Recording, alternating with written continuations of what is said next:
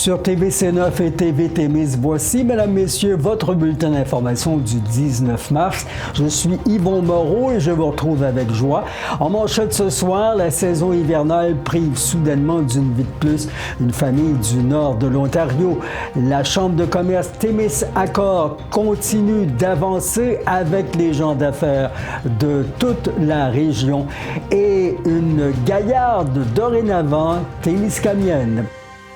Les précipitations ayant été difficiles à gérer, rendant la conduite dangereuse d'une journée ou d'une semaine à l'autre depuis le début de la saison, bien des automobilistes ou camionneurs sont morts beaucoup trop cette année. La température qui a encore une fois joué un rôle dans le décès d'une personne de 52 ans mercredi dernier à North Bay, dans le nord-est ontarien. Selon l'Ontario Provincial Police, l'OPP, une collision est survenue vers 16h20. Le choc assez violent, vous le voyez, a eu lieu dans le canton de Merrick sur l'autoroute 11 entre Bass Truck Stop et Tilden Lake. La victime qui n'a pas été identifiée est de Kirkland Lake. Pour une troisième année consécutive, la distraction au volant est le plus grand risque qui guette les automobilistes. C'est l'un des constats importants d'un sondage annuel mené par Desjardins Assurance, un des principaux assureurs de dommages au Canada et ardent promoteur de la sécurité routière.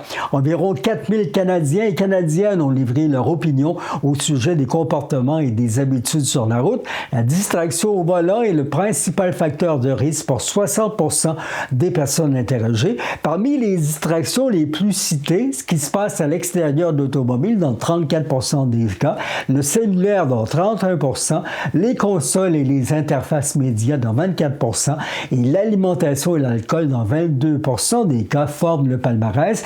La distraction au volant est suivie de près par la consommation d'alcool dans 59% des cas et la conduite agressive dans 46% des occasions.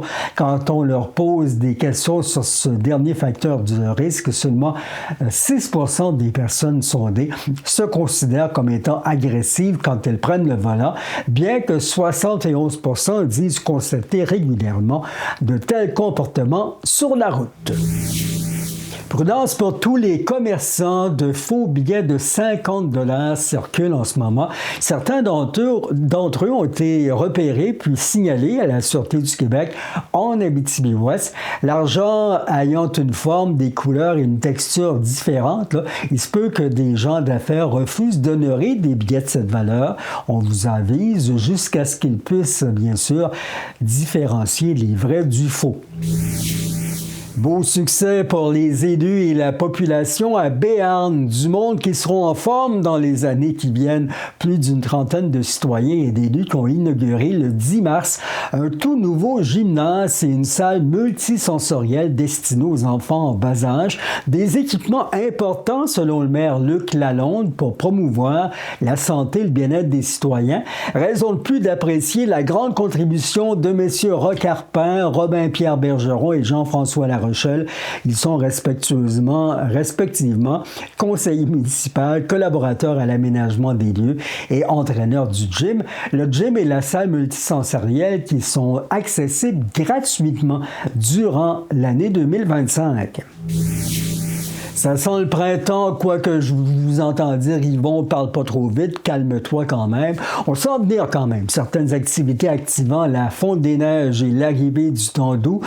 La boucherie des Pras, je prononce bien, à Rémigny, qui présente le retour du printemps à la ferme, c'est dimanche 23 mars, de 11h à 16h au 10-25 de la route 391. C'est un beau rendez-vous de producteurs et marchands régionaux. Le goût du pays, les jardins de la colonie, VMG, boiserie époxy, la confiserie des collines, des noms inspirant les produits d'ici, un marché à la ferme.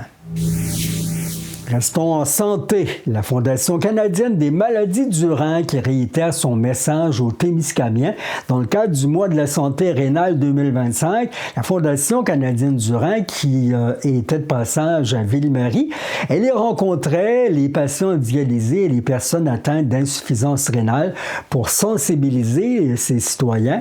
Une campagne de sensibilisation, je l'ai dit, plein feu sur la santé rénale. Votre soutien est indispensable indispensable et protéger vos reins, protéger votre avenir.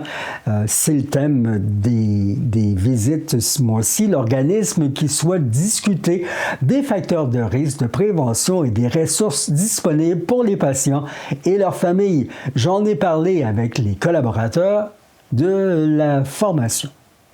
Normand Lemieux, rappelez-moi vos fonctions à la Fondation canadienne du Rhin, c'est ça? Oui, moi je suis président régional, en fait, de la Fondation du Rhin. On a des services de fondation là, régionalement là, qui existent. Oui. Donc, les gens qui se retrouvent avec une maladie rénale passent sans difficulté par vous. C'est vous le boss de la Fondation dans la région. Bien, nous, en fait, ce qu'on veut faire, c'est qu'on veut sensibiliser les gens aux maladies rénales. En fait, qu'on parle de prévention des maladies rénales, s'assurer si on a un problème de santé qui s'en vient, est-ce que ça peut causer un malaise à nos reins? Parce que les principaux problèmes de santé rénale, c'est les hypertensions. Donc, si vous êtes souffert de hypertension, si vous avez des problèmes de diabète, c'est des risques qui vont aller attaquer vos reins. Et la maladie du rein, bien, souvent, ça va occasionner des problèmes ultérieurement. Et puis là, pour guérir ça, le rein, bien, c'est souvent des traitements qui vont jusqu'à l'hémodialyse ou la dialyse péritonéale à la maison. Donc, c'est des traitements qui sont longs, coûteux et qui demandent surtout l'hémodialyse. C'est 1000 heures par année que vous êtes en traitement. C'est à tous les 2 jours, vous devenez vous présenter au centre de dialyse pour être dialysé. Ça dure 4 heures de temps sur une chaise. Alors, c'est des traitements qui sont assez invasifs. Fait que nous, à la Fondation, on fait des levées de fonds. On essaie de sensibiliser les gens. Puis les levées de fonds vont beaucoup aider aussi à la recherche pour améliorer ces maladies-là. Trouver des nouveaux médicaments, des nouveaux traitements, des nouvelles machines qui vont mieux filtrer le sang des patients parce que la maladie rénale est causée souvent par un manque de filtration au niveau de nos reins. Nos reins, ils filtrent tout. Hein? Toutes nos toxines passent par nos reins. Donc, s'il y a un problème au niveau de le rein qui est plus faible, bien là, les toxines se ramassent à l'intérieur du corps. Et là, c'est là que les gens commencent à trouver fatigue, maux de tête, absence d'urine. Souvent, quand ils vont aux toilettes, ils urinent beaucoup moins, sont plus enflés, les mains enflées, les pieds enflés. Puis là, c'est là que ça commence à avoir des signes de problème rénal. Il y a beaucoup de gens en Abitibi-Témiscamingue qui souffrent de problèmes rénaux. Bien, nos centres de dialyse sont pleins. Les chaises de dialyse sont complètement toutes utilisées en Abitibi. Le nombre exact, je ne sais pas si notre coordonnateur il y a les chiffres, mais c'est quand même au-dessus de 80 patients là, qui sont en dialyse, en traitement, ou sont suivis aussi. Parce qu'à Val-d'Or, il y a le centre de suivi aussi là, pour les dialyses à Val-d'Or. Et puis, ces gens-là sont suivis par nos néphrologues. On a 2 néphrologues qui sont stabilisés ici en Abitibi-Témiscamingue, qui se promènent d'un hôpital à l'autre pour suivre nos patients. Alors, on est capable d'avoir un bon service de ce côté-là aussi. Là. Est-ce que, autour de 80 personnes dans une région comme la nôtre, c'est dans la moyenne ou est-ce qu'on est un peu plus élevé qu'ailleurs? On est quand même assez élevé. Puis il y a des villes plus élevées que d'autres. Fait que ce qui fait que souvent, là, les gens doivent se déplacer. Là. Comme à Amos, il n'y a pas de centre de dialyse, donc on doit aller à Val-d'Or ou on vient à Rouen, dépendamment où on demeure dans le secteur de la MRC de l'Abitibi. C'est les gens qui vont à ces services-là. Que je pourrais vous dire d'autres. À Amos, ça rend la condition plus difficile parce que vous parliez de beaucoup d'heures de passer pour l'hémodialyse. Si en plus on doit se déplacer beaucoup d'heures, ça rend encore la condition plus difficile. Fait que, puis les transports dans les routes comme on a à l'Abitibi aussi, c'est quand même complexe. C'est toujours 1 heure de route. Donc, c'est un 2 heures de transport plus un 4 heures. Fait que votre journée, elle est consacrée qu'à votre traitement. Là. C'est sûr que c'est compliqué. Et je me dis, si je me mets à la place d'une personne qui souffre de maladie du rein puis qui doit faire de l'hémodialyse, je me dis que heureusement que la Fondation, parce que vous faites des démarches pour améliorer les choses constamment. Oui, on fait beaucoup de démarches pour permettre aussi là, que les services soient bien rendus aux patients, qui puissent avoir s'ils ont des besoins ponctuels pour des déplacements ou des choses qui ne sont pas capables que soit les hôpitaux ne payent pas nécessairement tous les besoins que nos patients dialysés ont besoin. On a un service aux patients aussi à la Fondation du Rhin qui est une bonne aide aussi pour les patients pour qu'ils puissent aider nous parce qu'on devient quand même dépendant là, beaucoup du système de santé quand on est malade comme ça. Fait que quand on peut avoir cette aide-là, bien, je pense que c'est bien primordial d'avoir ce service-là au niveau de nos patients. Parlez-moi un peu, là, moi, par exemple, et je veux pas porter l'entrevue sur moi, là, mais je suis diabétique. Est-ce que si mon diabète n'est pas bien contrôlé, ça va pas bien, c'est sûr que je me retrouve avec une maladie du rein? Bien, c'est un risque, parce que si l'hypertension embarque au travers de ça aussi, puis c'est pas contrôlé, si votre diabète est mal contrôlé aussi, parce que c'est sûr que si vous faites moins attention puis vous mangez plus les choses qui ne vont pas avec votre maladie, bien, c'est sûr que vos reins vont être affectés assez rapidement. Ouais. Parce que on a 2 reins, heureusement, puis la deuxième chance de survivre, c'est la greffe rénale. Et maintenant, on a des greffes rénales qui se font soit par décès, des gens qui décèdent puis deviennent des donneurs d'organes, ou des gens qui font des donneurs vivants. On peut faire un don de rein vivant, ce qui permet souvent à un membre de notre famille ou à l'entourage de pouvoir nous donner un rein si jamais on a des problèmes de santé rénale. Et on a des dons altruisme aussi. À la Fondation, on a organisé un service que si moi, je ne peux pas donner un rein à ma conjointe, bien peut-être que dans une autre ville, son rein est compatible avec ma conjointe. Fait que moi, je donne mon rein pareil. Puis là, elle a reçu un rein d'une autre personne. Fait que ça fait on appelle des dons croisés. Et ça permet d'augmenter aussi le nombre de greffes rénales. Parce qu'il y a plus de 400 patients en attente de greffe là, sur la liste d'attente au Québec. Puis un patient sur 10 est atteint de maladie rénale au Canada. Donc, on est 4, là, on est peut-être facilement dans des gens qui peuvent être au bord. Et vous, ben, vous gérez tout ça pour les gens de l'Abitibi-Témiscamingue. Ça fait plusieurs années que vous êtes là, donc je pense que vous êtes un des spécialistes de la région à gérer les maladies du rein. Bien, on devient spécialiste, oui, parce que moi je suis infirmier de formation en plus, donc j'ai été 40 ans à l'hôpital comme infirmier. Donc oui, j'ai travaillé aussi au don d'organes, j'étais coordonnateur don d'organes. Donc oui, quand on voit ces gens-là, puis quand on les côtoie surtout, on s'aperçoit de toute le dynamique qu'ils vivent et toute la complexité qu'ils vivent avec ces maladies-là. Donc, la Fondation, on est là pour aider, justement. Notre but, c'est d'aider ces gens-là, faire des recherches, de sensibiliser les gens. Et en faisant nos marches qu'on fait au mois de septembre, on fait des marches en 3 villes en région. Fait que cette portion de marche-là aussi va sensibiliser les gens aux maladies du rein. Et avec cet argent-là, bien, comme je vous dis, on aide la recherche et on aide les services aux patients. On est là depuis des années. Est-ce qu'on s'est rendu compte d'une évolution les gens font des dons, il y a de la recherche. Est-ce qu'on a senti plus de services? Est-ce qu'on sent l'apport des citoyens à votre fondation pour amasser les dons nécessaires, obtenir les soins nécessaires ou encore la technologie dont on a besoin pour nos gens? Bien, vous savez, peu importe les fondations, il faut toujours en parler. Puis il y a des gens souvent qui sont pris à des maladies rénales qui ne connaissaient pas la Fondation du rein. On vient les visiter, nous, dans le centre de dialyse, pour leur parler de nous autres. Puis des fois, ils ne sont pas au courant. Souvent, ils sont au courant, finalement, mais il y a tellement pris avec la maladie que c'est pas quelque chose qui les attire beaucoup. Fait que nous, on essaie d'attirer surtout les familles de ces gens-là qui, eux autres, sont en santé, qui vont bien, qui peuvent aider justement à devenir bénévoles pour la Fondation, pour nous aider à faire des activités, faire des levées de fonds, pour permettre aussi d'accélérer puis d'améliorer Puis oui, le système de santé a amélioré énormément de ce côté-là. Et on veut tout le temps que ça y aille de mieux en mieux. Et la Fondation du rein, bien, c'est national. Hein? Fait qu'on est autant à Vancouver qu'on est en Ontario. Donc, c'est une grosse fondation. Puis on a avec Autorein qui ramasse beaucoup de sous aussi dans nos affaires. Fait que eux autres, ça permet de... Vous connaissez Autorein qui est... Lui, il ramasse les vieilles voitures qui sont garées dans le fond de votre cour. Bien, appelez Autorein, ils vont venir vous la débarrasser. En plus, ils vont donner des sous à la Fondation et nous, on vous donne un reçu d'impôt de 700 $ que vous pouvez mettre dans votre rapport d'impôt pour faire un don en même temps à la Fondation. Et on met ça dans la cagnotte nationale et on aide les gens atteints de maladies rénales d'un océan à l'autre. On dit encore ça? Oui, un océan à l'autre, comme vous dites, oui. Absolument. Et donc, vous dites qu'il y a des familles qui ne savent pas, qui ne connaissent pas la Fondation des maladies du rein, alors qu'ils apprennent qu'ils sont atteints de maladies rénales. Dites-moi donc, vous sentez-vous apprécié des familles, des gens atteints? Mais quand ils entendent parler de la Fondation, ils disent « Wow, c'est fun » parce que là, on a quelqu'un qui s'adressait. Fait qu'on leur dit « Téléphonez, vous allez sur le site Internet de rein.ca, vous allez avoir toutes les informations possibles. » On a maintenant des webinaires des rencontres qui peuvent se faire d'équipes, de groupes.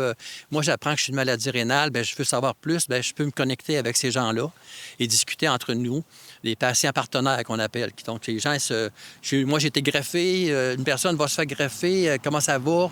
On peut discuter ensemble. Fait que ça aide beaucoup ces gens-là, ça les rassure aussi beaucoup. Et c'est de plus en plus des choses qu'on travaille à la Fondation, là. Est-ce que, au niveau de la greffe, les besoins sont là dans la région? Il y a besoin de greffe. On attend, on est constamment en attente?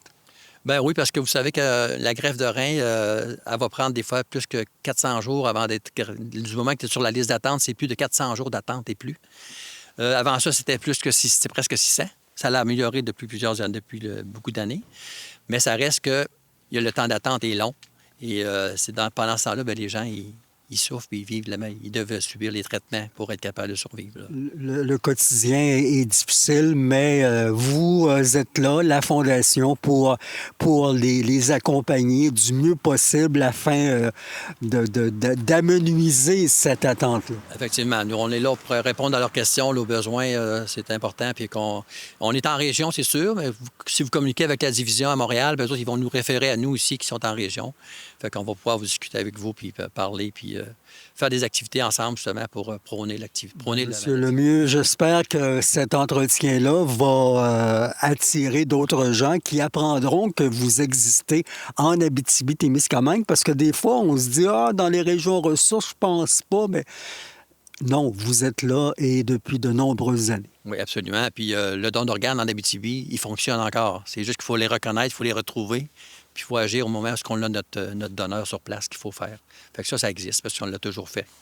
Bien, parfait. Et merci de parler de vous, surtout d'être présent depuis toutes ces années-là avec vous. Vous êtes là comme coordonnateur, mais bénévole.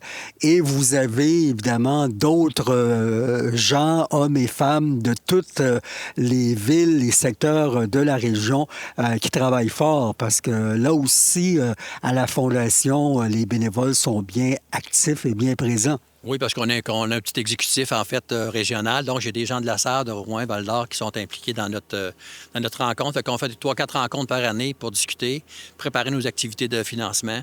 Fait que, oui, toutes les régions sont impliquées. Puis là, on s'en vient avec Témiscamingue, justement, pour essayer de développer encore plus ce Témiscamingue parce qu'on ne veut pas les oublier. Parce qu'ils ont réussi à avoir un centre de dialyse. Donc, c'est parce qu'ils ont des besoins. Absolument. Et il y a eu une lutte de nombreuses années pour avoir et conserver ce centre de dialyse-là. Et je pense que c'est quelque chose qui a fonctionné parce que le centre est toujours là et fort actif. Oui. Puis c'est avec l'aide des usagers qu'on réussit à avoir ces choses-là. Parce qu'on a beau travailler avec les gouvernements, des fois, c'est pas aussi fort que quand c'est les patients eux-mêmes qui sont pris avec la maladie puis qui poussent le dossier, bien souvent, ça accroche plus le cœur des gens d'entendre leur vécu. Puis là, bien souvent, ça peut démarrer des bonnes discussions. Alors, lorsqu'on est atteint de maladies, qu'elles soient rénales ou autres, il faut en parler, s'impliquer et évidemment tout faire pour obtenir ces soins-là. C'est ce que fait la Fondation canadienne du rein. Merci de continuer à le faire. Merci beaucoup. C'est gentil. Aimé Pingui. Pingui, voilà. Tu vois, je savais que je me tromperais. Alors, Aimé, tournée nationale de la Fondation canadienne du rein. C'est important de parler de votre organisation? Oui, donc, parce que le mois de mars, c'est le mois de la santé rénale. Donc, au niveau de la Fondation canadienne du rein, nous en profitons pour sensibiliser les gens sur l'importance de prendre soin de ces reins. Au fait, les maladies des reins, ce sont des maladies silencieuses. Quand ça arrive de façon sournoise et puis généralement quand on commence à avoir des problèmes, c'est qu'on est rendu déjà trop loin en fait. Alors nous sommes là pour dire aux gens de surveiller leur état de santé. Lorsqu'ils sont conscients qu'ils ont un problème de diabète et de surtension, de pression artérielle élevée, de discuter avec leur médecin pour voir si les reins sont encore bons, en fait. Donc, c'est aussi d'encourager les gens à adopter des habitudes alimentaires qui tiennent compte des reins, en fait, de la santé rénale. Donc, pas trop de sucre, pas trop de sel, activité physique et tout. Donc, c'est vraiment l'occasion pour nous, en fait, de faire la tournée des régions à travers le Canada et le Québec pour sensibiliser les gens. Parce que il est important, donc, lorsqu'on est atteint de symptômes quelconques, de faire un suivi. Ce suivi-là qui peut nous faire éviter les maladies du rein, mais lorsqu'on arrive avec des symptômes, ben il y a la Fondation qui est là. Mois de mars bon, j'ai lu, là, se sépare en deux slogans, si on peut dire, parce que le message est double, si on peut dire, pour les hommes et les femmes de la région. Bon, pour nous, c'est juste la question qu'on pose, c'est vos reins sont-ils en santé? Si vous êtes capable de répondre à cette question, c'est que vous êtes au courant, en fait. Mais généralement, plus de 50% de la population québécoise n'est pas au courant, en fait, de la santé rénale, de ses reins. Les gens n'en tiennent pas compte des reins, en fait, parce qu'on ne sent pas si on a un problème ou pas. Et quand ça arrive, c'est trop tard, un peu trop tard, en fait. C'est déjà avancé. Le symptôme, lorsqu'il apparaît, ça veut dire que le rein est déjà dysfonctionnel. Voilà. Donc, c'est pour cela que nous invitons chaque année les gens, lorsqu'ils observent qu'ils ont déjà des problèmes de diabète et de pression artérielle, de discuter avec leur médecin. En fait, c'est le médecin qui peut te dire que c'est un problème de rein déjà avancé ou pas. Et lorsque le médecin, on arrive à lui en parler, est-ce qu'il y a moyen d'éviter ou il est trop tard? Bon, moi, je ne suis pas un médecin, donc c'est le corps médical qui peut évaluer pour savoir à quel niveau vous êtes rendu. Est-ce qu'il faut passer en dialyse ou vivre avec une insuffisance rénale? Donc, c'est un peu ça. C'est vraiment les médecins qui déterminent les pourcentages de fonctionnement du rein. Parce que c'est un organe qui est un peu comme un centre de traitement chimique, quoi, en fait, qui nettoie le sang. Donc, s'il est à 100% parfait, mais sinon, s'il se rend un peu trop bas, là, ça devient un problème. Voilà. Donc, vous êtes là, Aimé, pour rappeler la présence de la Fondation aux citoyens de la région? Oui, effectivement, nous sommes là aussi pour dire aux citoyens de la Abitibi-Témiscamingue que la Fondation canadienne du rein existe et que nous sommes là pour soutenir les patients qui sont en dialyse et aussi ramasser des fonds pour pouvoir soutenir la recherche. Parce que notre but, c'est qu'à la fin, qu'il y ait un jour une solution définitive à ces problèmes des reins. Parce que c'est quand même invalidant pour quelqu'un d'être à l'hôpital tous les 2 jours. Et donc, après, ils sont fatigués, ils ne peuvent pas vraiment travailler. Donc, nous voulons travailler fort en appuyant la recherche pour qu'un jour, les gens soient soignés et guéris, en fait. Les années de recherche, les années de dons de la part de la population, est-ce que vous avez pu vous apercevoir de l'importance de cette collaboration-là? Oui, vraiment beaucoup, parce que chaque année, nous observons une évolution dans la recherche. Et moi, je suis optimiste pour la suite. En fait, comme je ne sais pas si vous êtes au courant, mais il y a quelques années, ce n'était pas évident de faire la greffe rénale. Donc, les donneurs vivants étaient beaucoup à risque, et même les patients à greffer. Mais aujourd'hui, avec la science, ces opérations-là difficiles sont possibles. Donc, les gens s'en sortent bien. Et puis, ça, c'est grâce à l'évolution de la science. Donc, nous voulons que même l'appareillage pour les centres de dialyse, que ça évolue, quoi. Que les gens passent moins de temps dans les centres de dialyse, ça va déjà aider, quoi. Amélioration, donc, de la technologie qui est faite grâce aux dons. Les gens qui veulent participer à cette donation, il y a des activités tout au long de l'année, notamment la grande course, là. Oui, nous organisons chaque année une marche du Rhin dans plusieurs villes de la région, dont Rouyn-Noranda, Val-d'Or et Lassar. Donc, nous invitons les gens à venir participer à ces marches. Sinon, s'ils ont besoin de plus d'informations sur comment participer, ils peuvent aller dans rhin.ca ou ils peuvent googler Marche du Rhin. Ils tomberont sur le site de la marche. Et sinon aussi, nous sommes sur Facebook, Fondation du Rhin, section Abitibi-Témiscamingue. Donc, ils peuvent nous contacter là et puis voilà. Aimé Pingui. Pingui, oui. Pingui, voilà. Aimé Pingui, votre rôle à la Fondation canadienne du Rhin? Oui, je suis coordonnateur pour le développement régional de la Fondation canadienne du Rhin. Donc, nous sommes là présentement à Ville-Marie. Ici, nous n'avons pas encore beaucoup de bénévoles. Donc, je profite de l'occasion pour faire un appel à la population citoyenne de Ville-Marie qui veulent s'impliquer pour la Fondation canadienne du Rhin. De ne pas hésiter à nous contacter, en fait. Donc, allez dans rhin.ca ou bien sur Facebook, Fondation canadienne du Rhin, section Abitibi-Témiscamingue. Il va y avoir des façons de nous contacter. Merci, Aimé. Rappelez-moi comment je prononce. Aimé Pingui. Pingui. Oui. Alors, on va passer à ping-pong. Voilà. Hein, ça va? Ouais. Est-ce que tu joues au ping-pong? Un peu oui, un peu oui. Parce qu'on encourage les bonnes habitudes, il faut bouger. Hein? Absolument. Ouais. Les bonnes habitudes de vie éloignent la maladie. Voilà, effectivement. Merci, Oui. Merci beaucoup à vous d'être là pour nous.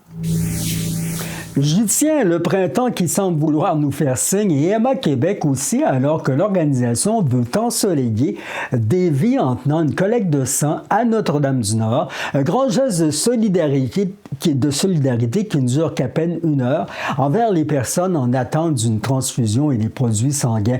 Le groupe composé de Notre-Dame-du-Nord en santé, des Chevaliers de Colomb, de la municipalité et du Témiscamingue First Nation Health and Wellness Center sera au Polydium le 28 avril de 11 à 18 heures. On vous en parle tout de suite parce qu'il est souhaitable pour les donneurs de prendre rendez-vous à l'avance. Suffit de se relever les manches puis de serrer les coudes pour maintenir à flot notre réserve collective. 150 personnes sont attendues à cette collecte. La liste d'attente est sur emmaquebec.ca ou vous appelez le 1-800-343-7264. 19 élèves d'ici, dont Alex Leclerc, étudiant en plomberie chauffage du Centre de formation des adultes du Témiscamingue, vont représenter l'Abitibi-Témiscamingue entre le 7 et le 10 mai. Ce sera les Olympiades québécoises des métiers et des technologies à Québec. Après avoir participé à des compétitions locales dans l'un des 5 centres de formation professionnelle de la grande région, les 3 premières positions ont été dévoilées au gala régional le 21 février dernier. Comme le programme en secrétariat est offert dans chacun des CFP après les compétitions locales, il y a aussi eu une compétition régionale pour déterminer qui représentera la région dans cette compétition. Dans le but de faire connaître la délégation régionale, des entrevues sont réalisées avec les 19 participants et ces vidéos sont diffusées sur les comptes Facebook et Instagram de Destination FP durant les 8 semaines qui viennent. La Chambre de commerce Témisaccord réitère sa présence parmi la communauté d'affaires témiscamienne en étant fort active sur le web où elle y fait un retour sur l'histoire, le passé des entreprises de chez nous, mais aussi amène à la découverte de la business actuelle et de leur quotidien en 2025. L'organisation lance de nouvelles activités pour ces gens d'affaires. Véronique Girard, vous êtes coprésidente de la Chambre de commerce Témisaccord. Une chambre de commerce qui, les gens l'ont dit, a été relancée et l'élan ne cesse pas, là. Non, ça va très, très bien. On est très contents. Hier, on avait notre premier déjeuner d'affaires et on était complet pour la place qu'on avait choisi d'aller. Donc ça, on est vraiment heureux de voir que les gens sont au rendez-vous et que les gens sont heureux aussi que la Chambre de commerce soit de retour. Une présence qui est là et qui adonne bien, si on peut dire, parce que s'est installé, on ne sait pourquoi, une certaine incertitude. Est-ce que vous la sentez, cette incertitude-là et ce besoin qu'ont les gens d'affaires, petits, moyens et gros, pour la Chambre de commerce? Oui, bien déjà, avec la crise forestière qu'on a connue au printemps et qu'on connaît toujours, hein, c'est encore présent dans notre vie. Et là, l'incertitude avec les tarifs, donc ça s'ajoute. On le voit, on le ressent que les gens ont besoin de se tenir, ont besoin d'être ensemble, de trouver des solutions aussi ensemble, donc de mieux communiquer, d'avoir une force du territoire. la Chambre de commerce est bien utile pour rassembler tout ce beau monde. Est-ce que, la crise, elle dérange seulement psychologiquement ou chez les marchands, les entreprises du Témiscamingue, on est affecté par ces tarifs? Par les tarifs, je ne pourrais pas vous dire encore si on voit vraiment de l'impact. On le voit avec la crise forestière, qui a eu des impacts parce que les gens vont peut-être moins dépenser, vont être un petit peu plus prudents, ça, on le voit.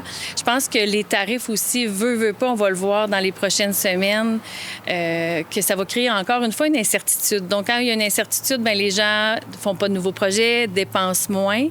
C'est de voir comment on peut faire différemment, comment on peut s'organiser, en fait, pour que le territoire soit quand même proactif, qu'on continue à faire du développement d'affaires malgré l'incertitude.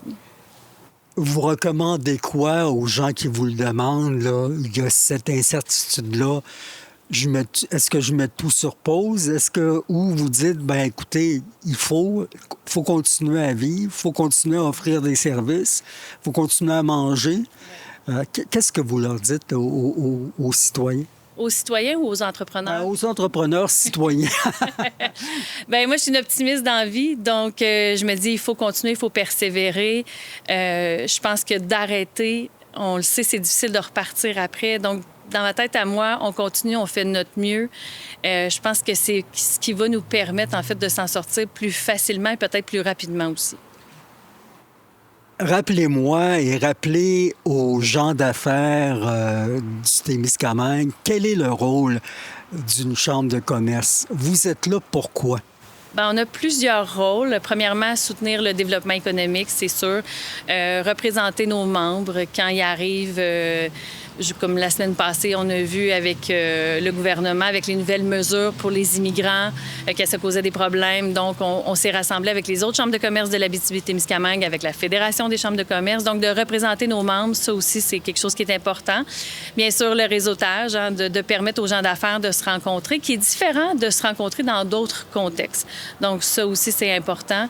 C'est un peu ça qui est le mandat de la chambre de commerce. En fait, c'est très large. C'est les formations, c'est le réseautage, c'est faire des galas, mais c'est aussi faire du politique, comme on pourrait dire. Et j'aime bien, on se fait dire souvent que, heureusement, à la chambre de commerce, on peut dire et on peut faire, toujours dans les règles de l'art, mais on peut dire et on peut faire des choses que les autres instances ne peuvent pas faire, que ce soit la Société de développement du Témiscamingue, que ce soit la MRC. On a notre rôle à jouer qui est important.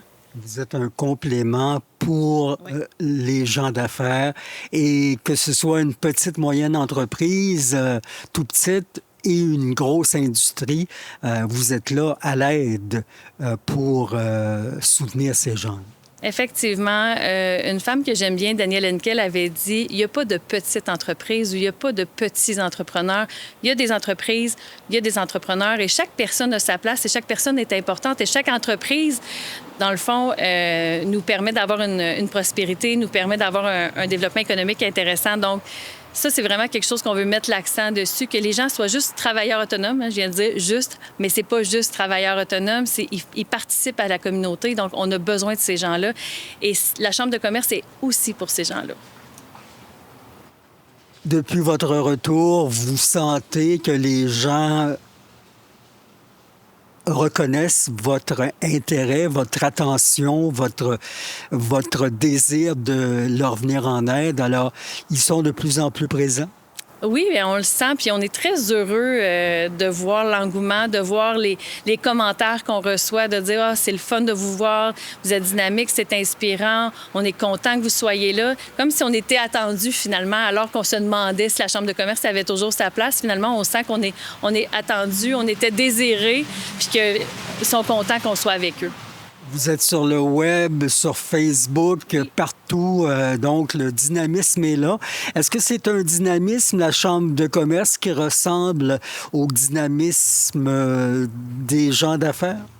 Bien, je pense que oui. Je pense que, en fait, c'est ça, la Chambre de commerce va être aussi dynamique que les entrepreneurs qui y sont. Et on est vraiment un CA d'entrepreneurs. Ça, je pense que ça Ça fait une belle différence. Puis on est une belle équipe qui a envie de travailler ensemble, qui a envie de collaborer. Et je pense que ça se sent aussi, les entrepreneurs le sentent dans notre façon de faire. Ils en redemandent afin d'obtenir de l'aide, des conseils et de se développer avec vous. Exactement. Dans le fond, nous, on peut aussi leur permettre... parfois, on se fait poser des questions et c'est peut-être pas nous qui va pouvoir répondre ou qui va pouvoir les accompagner, mais on va pouvoir bien les diriger. Donc, la Chambre de commerce sert aussi à ça. Bien, bon succès. On est fiers de voir que les gens d'affaires ont ce qu'il faut pour continuer d'évoluer. Oui, merci. Des profs affiliés à la CSQ, dont certains travaillent ici, veulent interdire l'utilisation des cellulaires à l'école. Plus de 76 % des répondantes et répondants à une consultation menée par la Fédération des syndicats de l'enseignement auprès de ses membres qui pensent qu'on devrait étendre l'interdiction du cellulaire à toute l'école, alors qu'il est actuellement seulement interdit en classe. Les quelques 5000 enseignantes et enseignants ayant répondu ont exprimé cette opinion sans équivoque quant à l'usage des écrans à l'école lors d'une cueillette de données effectuée le mois dernier. La consultation révèle également qu'un peu plus de 9 enseignants sur 10, 93 % d'entre eux, sont en accord avec l'idée d'une majorité numérique au Québec. On entend par le concept de majorité numérique l'âge minimal requis pour utiliser les réseaux sociaux. Près de la moitié des enseignantes questionnés indiquent que l'âge de 16 ans serait acceptable pour cette majorité numérique, tandis que près du tiers indiquent préférer qu'elle soit fixée à 15 ans. Le Témiscamingue ontarien fait désormais partie de la zone de préservation contre l'agrille du frêne, une espèce envahissante qui ne représente pas de menace pour l'être humain, mais qui est très destructrice pour les frênes. Il a déjà tué d'ailleurs des millions de ces arbres dans des zones réglementées au Canada et aux États-Unis et présente une menace économique et environnementale importante pour les régions urbaines et boisées d'Amérique du Nord. Ça signifie qu'il est interdit de transporter des matériaux de frêne, des baies, des branches, des copeaux de bois et tout type de bois de chauffage en dehors de zones réglementées sans l'autorisation de l'Agence canadienne d'inspection des aliments. Au sport, l'entraîneuse de volleyball Émilie Bisson de Ville-Marie mène dorénavant l'équipe de volleyball des Gaillards du cégep de l'Abitibi-Témiscamingue. Récipiendaire du mérite Denis Julien aux récentes finales régionales centralisées des Jeux du Québec à Lorrainville, l'athlète de 28 ans s'est au fil des ans distingué en athlétisme, en javelot puis en volleyball. C'est une blessure à l'épaule qui a mis fin à sa carrière quand elle a dû être opérée en 2018. Son père qui a aussi évolué comme sportif dans les rangs universitaires, alors que sa mère était aussi entraîneuse. Émilie qui a foulé les terrains du mouvement Tamia de l'école Marcel Raymond de Lorrainville dès son secondaire, puis ceux des Astrelles au collégial 3A du cégep de l'Abitibi-Témiscamingue. Elle a joint les Citadins de l'UQAM en 2016, pour qui elle a joué jusqu'à sa retraite 2 ans plus tard. Après une chirurgie, comme joueuse il y a 7 ans, elle s'est qualifiée de niveau 1. Elle était depuis 3 ans coach de l'équipe féminine de volleyball de l'école d'Iberville. La meilleure des chances aux Gaillards pour cette saison 2025-2026. Et je termine, après les compétitions de VTT de la fin de semaine passée, mettez aussi des courses de tracteurs aux activités à suivre auxquelles vous devez participer. La fête de Rémigny tient des épreuves sur terrain gazonné. Ça va se passer le 24 mai au centre récréatif. On s'inscrit pour seulement 10 $. Il y a des bourses qui sont remises et plus de détails et les règlements sur la page Facebook de la fête de Rémigny. Voilà pour notre tour d'horizon des nouvelles cette semaine. Nous apprécions votre attention et vous invitons à nous alimenter d'actualités en écrivant à journaliste@témis.tv. À la semaine prochaine. Prudence, bon printemps et à bientôt.